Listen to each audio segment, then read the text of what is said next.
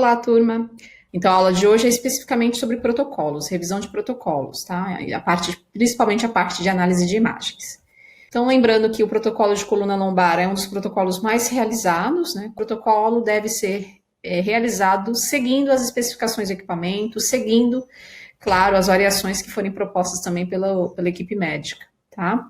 Aqui, basicamente, eu coloquei para vocês um protocolo relacionado ao manual do equipamento. Então, basicamente, a gente está fazendo o que o equipamento GE-LUNAR recomenda, o que é muito semelhante a outros equipamentos também, como o Logic. Mas lembrando que esses protocolos podem sofrer variação de acordo com o local de trabalho. Para fins didáticos, né, de aula, a gente considera o que está aqui como o protocolo, de fato, padrão. Então, primeiro aqui, importante o alinhamento do paciente, né? Então, sempre deixar o paciente alinhado ao PMS da mesa, né? Então, aquela linha imaginária, né, da mesa. É importante que esteja com os membros superiores estendidos ao longo do corpo, de preferência afastados. Pode até sugerir que o paciente coloque esses membros superiores apoiados acima do tórax, mas tem que tomar cuidado para que esse paciente não relaxe isso e, com o tempo, acabe deixando os mãos e antebraços na região da leitura, né? É importante lembrar que, para fazer o posicionamento correto da coluna lombar, a gente precisa usar um bloco de apoio, tá? Esse bloco geralmente já está disponível no serviço de DO, e esse bloco de apoio tem por objetivo alinhar a base da coluna lombar, né? Então, deixar essa coluna lombar, né? Tirar aquela curvatura anatômica, né? Deixar ela totalmente apoiada sobre a superfície da mesa, tá? Aqui o ponto em vermelho representando o laser. Deixa eu até usar um laser aqui também. O ponto vermelho representando o laser. E, de fato, onde a gente inicia o exame, tá? Então, aqui a nível de L5, a gente inicia o exame. Conforme vai passando L4, L3, L2, L1, acabou a coluna lombar. Mas é extremamente importante lembrar que esse exame só é concluído quando a gente visualiza 1/3 aí da T12, tá? Então, é para ter certeza que de fato acabou a região lombar. E para também ficar claro que esse paciente não tem uma vértebra a mais, né? Então, eu tenho que ver 1/3 da T12. E como eu sei que de fato eu estou vendo a T12? Que é a T12, a gente vai saber que é ela quando a gente observar os arcos costais flutuantes ou as costelas flutuantes. Então, a gente percebeu, conseguiu ver T12 e de fato visualizar, né, que os arcos costais estão se originando dela. Essa é a comprovação de que acabou o exame de coluna lombar. A gente já está aí praticamente na coluna torácica. E aqui um exame mostrando isso, tá?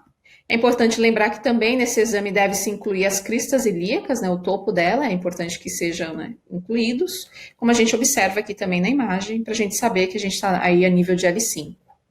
Então, toda vez que eu vou analisar uma imagem, eu tenho que entender, tenho que visualizar se essa imagem está alinhada e se tem artefatos. Então, são as coisas mais simples, iniciais. Como eu sei se está alinhada? Então, geralmente, a mesma quantidade que eu estou vendo de tecido partes moles na direita, eu tenho que observar a esquerda ou o contrário, né? E também a gente observa os alinhamentos pela altura das cristas ilíacas, tá? Então, a gente percebe que, uma aqui está um pouquinho mais elevada que a outra. Então, a gente vai alinhar, verificar esse alinhamento lá no paciente, né, fazer o alinhamento dele, e se de fato o paciente está alinhado, mas esse desalinhamento na imagem ainda persiste, é um indicativo de que, de fato, o paciente possivelmente tem ali alguma escoliose, algum desvio de coluna, tá? Mas isso, de fato, tem que ser verificado, porque senão o médico pode entender que esse paciente simplesmente foi mal posicionado. Então, o profissional ele tem que certificar de que o posicionamento foi bem feito sim, e que se ocorre algum desalinhamento na imagem, isso aí é decorrente à anatomia do paciente. E é importante que seja realizada, né, ao você realizar esse exame, você verifique se de fato pelo menos vão ter 2 vértebras possíveis de leitura. Ou seja, às vezes você realiza o exame e observa que o paciente está cheio de prótese ou de artefatos metálicos na coluna. Então, pelo menos 2 vértebras dentro de L1 até L4, a gente precisa que elas sejam possíveis de leitura. Se não forem possíveis, aí a gente vai ter que partir para a leitura de outras regiões. Lembrando que os ROIs, né, são a região de interesse representado por essas linhas. Esses ROIs precisam estar bem alinhados, eles têm que estar bem no meio aí do disco intervertebral, não pode estar cortando vértebras, né, tem que estar bem ao meio do disco intervertebral. Aqui um exemplo bom, né?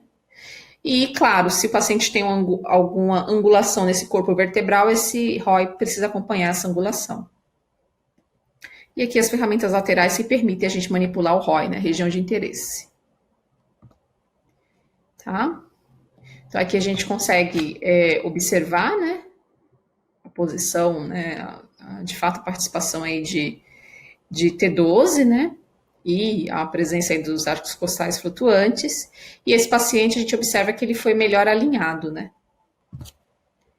Tá? E aqui algumas possibilidades. Então, às vezes, o paciente ele tem uma série de condições patológicas que tornam difícil a gente achar de fato ali o disco intervertebral e colocar esse ROI bem alinhadinho ao meio. Então, por isso, a gente tem a ferramenta de imagem, que geralmente é representada por essa lupa, né? Metade branca e metade preta. Então, quando a gente clica nessa ferramenta de imagem, e aí quando a gente clica, abre essa lupa, a gente vai ter opções aí de brilho e contraste. Conforme a gente mexer, manipular no brilho e no contraste, a gente vai poder obter uma imagem como essa. Lembrando que o objetivo dessa imagem não é diagnóstica, é uma imagem que foi manipulada somente para ficar fácil de localizar os discos intervertebrais. E, a partir daí, posicionar corretamente os ROIs. Tá? Então, o ROI de L2 agora está sim posicionado corretamente para essa imagem, porque ele está acompanhando ali a situação da vértebra. E claro, depois que eu terminar de posicionar os ROIs, eu volto ao normal, né? Cancelo esses efeitos de brilho e contraste. Como eu já mencionei, né? Vértebras que possuam alteração morfológica, né? Estrutural, ou tem algum artefato, essa vértebra precisa ser removida, né? Não pode ser incluída na leitura. Tá? Então, se a gente tem uma vértebra que tem lá um pino ou algum objeto metálico devido a um processo cirúrgico, eu não posso incluir essa vértebra na leitura de densitometria, porque o material metálico tem alta densidade e, consequentemente, vai elevar os valores de densidade mineral, porque o equipamento vai estar lendo aquele metal como se fosse estrutura óssea. E vai falar que, olha, o paciente está muito bem, quando, na verdade, aquilo não representa a condição real do paciente. E lembrando que não é possível, se você observar o paciente e você vê que lá das L1, L2, L3, L4, só tem uma, sei lá, só L4 é possível de leitura. As outras são com artefato, né, tem próteses, enfim, né, pinos metálicos. Então, só tem uma vértebra de leitura. Não adianta dar sequência para esse exame, relatar todo esse exame, porque, de fato, eu preciso de outra região de leitura. Densitometria óssea é um método quantitativo, então eu sempre preciso comparar. E se eu tiver apenas um ponto de leitura, eu não consigo comparar.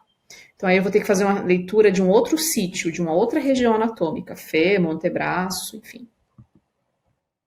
Aqui são os pontos, a gente já mencionou, mas só para lembrar que são as áreas de contorno real, né, mais importantes. A gente pode fazer isso para ver se de fato o densitômetro está lendo só mesmo que é osso.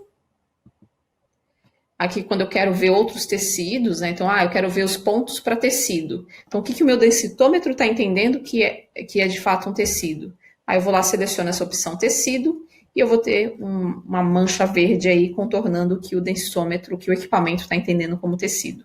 E aqui, quando a gente tem algum artefato, a gente vai riscar essa vértebra para que, de fato, ela não seja lida, né? Então, ela vai ficar aqui com uma observação indicando que ela não está sendo incluída na leitura. Porque ela tem um artefato, vou desconsiderar. Mas ainda o exame é válido porque eu tenho 1, 2, 3 vértebras possíveis de leitura. Muito bem.